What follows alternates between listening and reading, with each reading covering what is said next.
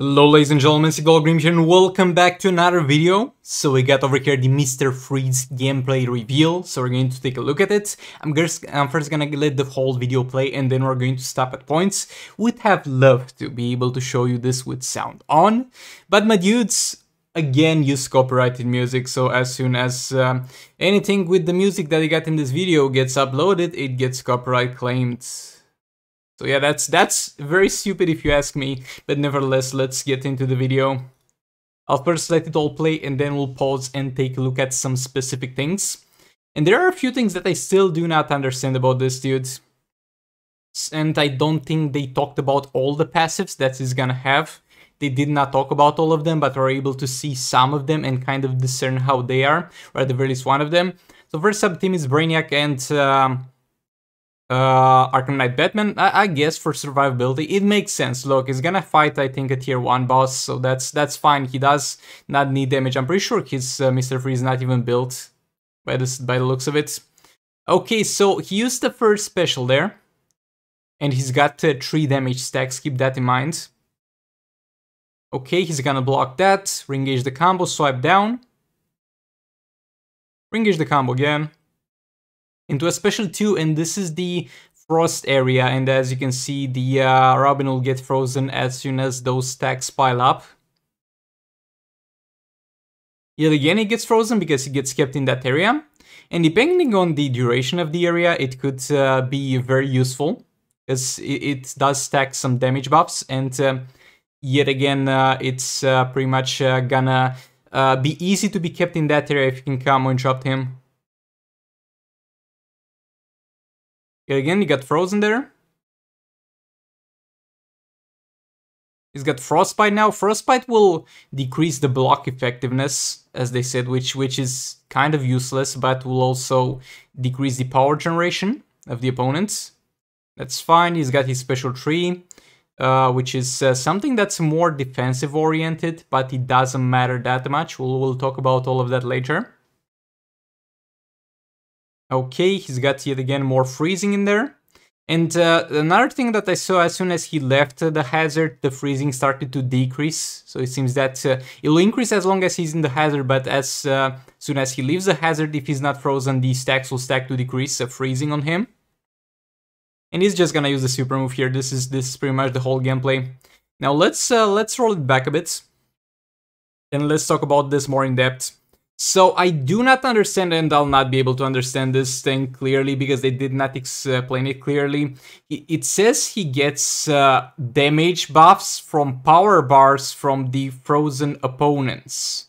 But what it seems to me is that he doesn't get damage buffs on frozen opponents, but he gets damage buffs when he freezes opponents. So you see, he used their special 1, and he's got 3 damage stacks because he used 3 power bars to freeze Robin. So it seems like he's going to gain power bars equal to the power bars used to freeze that opponent, which is good, but it's clearly not what they've stated. Now he uses special 2. He gained 4 damage buffs, that being 4 power bars being used for the special 2. Yet again, Robin was not frozen at the time of using the special 2, but the special 2 has the ability to freeze him, so I guess that counts. Here they talk about the Frostbite ability. Again, that's not something that's gonna be particularly useful, but I guess it's fine. But yeah, reducing block effectiveness is garbage because you don't want to block anyway. And as you can see, he needs to do more. He can do more basic attack hits, and as far as I'm aware, it applies to his whole team against frozen opponents without breaking the actual freeze. Okay, use the special freeze, kind of reflects some damage, which is fine, I guess. Again, all the damage of this dude will be in those damage buffs that he receives. He's got over, so far, 24 damage buffs. He can stack all the way up to 30. We do not know yet the values on those damage buffs. We hope it is damage. They say it is damage, but they have said multiple times in the past it's damage, guys, when it was really about more base stack, and if that's the case, it's absolute garbage. Okay, so let's talk about this dude a little bit. First of all, I do like the fact that they diverted away from the percentage health damage. Like, percentage health damage is a very easy and effective way to make a character relevant in raids and soul raids. But at the same time, it's getting kind of lame to get a third character at this point in a row that would have percentage health damage. It feels kind of a cheap way to make characters relevant, so I do like the thing that they went with more damage increase. And yet again, let's hope it is indeed damage increase. The effectiveness of this damage increase will yet again depend heavily on the damage numbers on that increase, but yet again, we have absolutely no idea now. He doesn't have any artifacts as far as I'm aware. He doesn't seem to be particularly built in any way, shape, or form. And we can only wait and see that.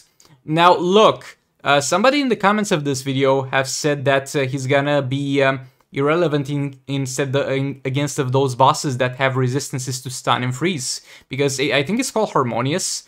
But it might not be the case because, as we have seen, his passive will give him damage stacks equal to the number of power bars that he is going to use to do an ability that has a chance to freeze the enemy, not upon freezing the enemy. Also, I want to wait here for a special tree. Yes, the special tree also is going to give him some damage buffs. Maybe it's the Frostbite debuff that has to be active, maybe it's the character being frozen in the game. But yet again, I kinda doubt it because at the start here, he did not apply any freeze or Frostbite on Robin on the first special that he ever used in the fight, and he was still able to get those damage buffs. So it might be the case that he gets those damage buffs if he uses an ability that has the opportunity to freeze the opponent, or if he has frozen the opponent at any point in time. But yeah, see, he gets the damage buffs here without having frozen them again, and Special Tree, as far as I'm aware, doesn't have any chance to freeze. So it seems that his passive, he's either already bugged before release, or his passive is simply gets damage stacks equal to the number of power bars that you have used to use a special. It says it has something to do with freeze, it says it might have something to do with Frostbite, the dude says in the video. Again, I can't show you the audio for the video, but at the end of the day, it seems to be none of them. It literally seems to be he'll gain as many damage buffs as power bars he has used to use that special. And that's good, that's a good thing. That's a little bit lazy and a little bit misleading, but that's good because that will make him get those damage buffs regardless of the situation. His special one looks fine, his basic attack hits are nice. I do like the fact that he's got the Captain Cold AI. The Captain Cold AI is one of the better AIs in the game. I have absolutely no trouble with that.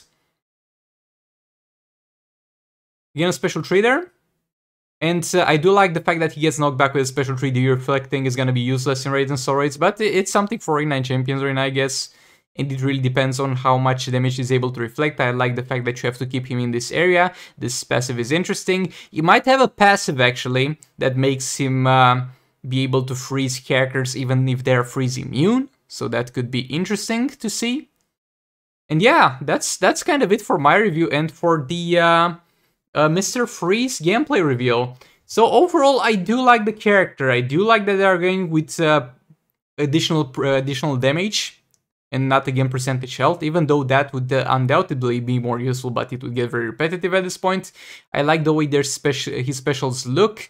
I don't see any flaws so far with the gameplay, though keep in mind we haven't seen him tagging in and out, though there shouldn't be any problems because yet again he's using the Captain Cold AI, and the problems with the tag-ins and outs are going to usually happen with the characters that have a new AI built for them when they're transitioned from Injustice 1. They don't have any character model to slap them onto. And yeah, overall I do like the looks of this dude. Yet again, all boils down to us having everything in numbers and being able to take a look at it. But so far I do like it. Let me know in the comments what you think about him. Well, that being said, thanks so much for watching. If you enjoyed the video, please do like and comment below, it helps out a lot. Subscribe if you haven't, turn on notifications so you don't miss an upload, and I'll see you all in the next one. Goodbye!